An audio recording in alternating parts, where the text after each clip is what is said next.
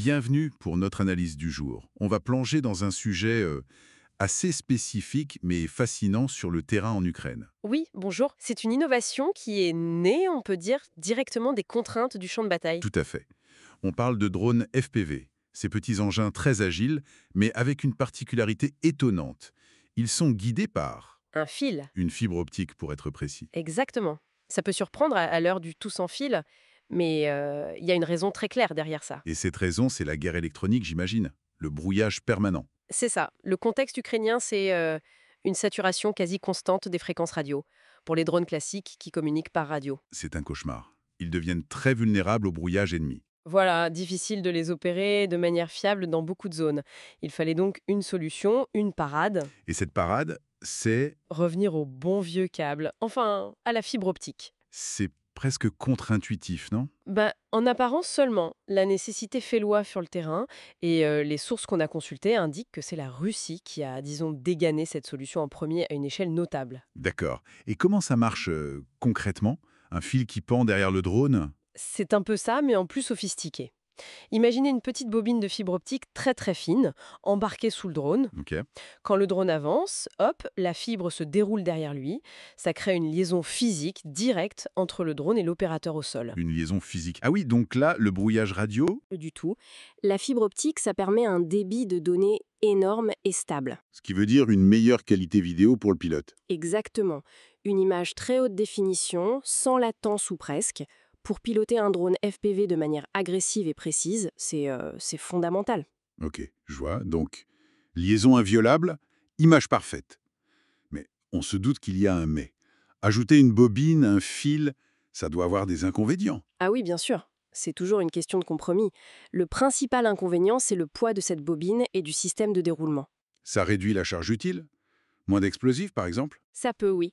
Et surtout, ça affecte la maniabilité du drone. Il est moins agile, moins vif qu'un FPV standard sans fil. Un peu plus pâteau, quoi. Un peu plus, oui. C'est un arbitrage, hein. On gagne en fiabilité de connexion, ce qu'on perd un peu en performance de vol pur. Mais visiblement, cet arbitrage a été jugé payant sur le terrain. Parce que ça a été adopté, non? Malgré peut-être un scepticisme au docu. Tout à fait. Au début, certains ont pu trouver ça un peu bricolé, peut-être, mais l'efficacité dans les zones de brouillage intense a parlé d'elle-même. Et l'Ukraine a réagi. Oui, assez vite apparemment.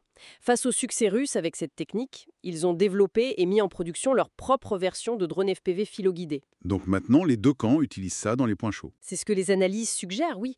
C'est devenu un outil important dans l'arsenal des deux côtés, là où la guerre électronique fait rage. On voit bien l'impact tactique, mais ça va plus loin. On parle aussi d'impact stratégique. Oui, et c'est là que ça devient intéressant. Cette technologie, qui semble presque low-tech avec son fil, a des implications stratégiques. Par exemple, on a rapporté une frappe ukrainienne ciblée contre une usine russe. Une usine de quoi? De drones. Non, une usine produisant de la fibre optique. Ah ouais, carrément. Oui, ça montre que cette fibre, à la base un produit civil, est devenue un composant tellement critique pour l'effort de guerre qu'elle devient elle-même une cible stratégique. La chaîne d'approvisionnement est clé. Fascinant. Et sur les pertes matérielles, est-ce que ces drones FPV filoguidés ou non, d'ailleurs, font vraiment une différence? Selon certains rapports, oui, une différence énorme. Ils seraient responsables d'une part très significative, voire majoritaire pour certains types de matériel comme les blindés, des pertes russes. Impressionnant pour des engins relativement petits et peu coûteux. C'est leur force. Précision, faible coût. Et il ne faut pas oublier l'aspect guerre de l'information, hein. Les vidéos des frappes, souvent spectaculaires, sont partout sur les réseaux sociaux. C'est un outil de propagande puissant pour les deux camps. Et face à ça, comment on se défend contre ces drones FPV et spécifiquement contre ceux qui sont philo-guidés? Y a-t-il une parade efficace? Pour l'instant, c'est compliqué. Il n'y a pas de solution miracle généralisée, on voit des choses assez basiques. Comme les filets, les cages sur les chars. Exactement, ces filets anti-drones, c'est rudimentaire, mais ça peut aider. L'Ukraine travaillerait aussi sur une arme laser, mais bon, l'efficacité à grande échelle, ça reste à démontrer. Et contre le fil lui-même? Contre le fil, à part essayer de le couper physiquement, ce qui, en plein combat, est très difficile, il n'y a pas grand-chose à faire contre la liaison elle-même. Donc en gros, cette innovation, ou plutôt cette réinvention du filo-guidage, c'est une adaptation tactique majeure qui a vraiment changé la donne dans certaines zones, malgré ses limites en termes de maniabilité. C'est une très bonne synthèse, oui. Ça montre comment la nécessité pousse à l'innovation, même en utilisant des principes connus. Et ça nous amène à une dernière réflexion peut-être. Oui, justement, puisque cette solution repose sur une ressource, la fibre optique, qui est aussi civile, et que les contre-mesures directes sont difficiles à mettre en œuvre. La bataille se déplace peut-être ailleurs. C'est la question, oui.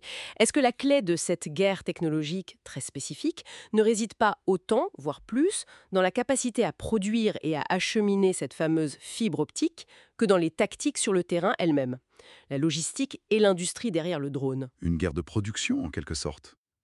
Voilà qui donne à réfléchir. Merci pour cet éclairage. Merci à vous.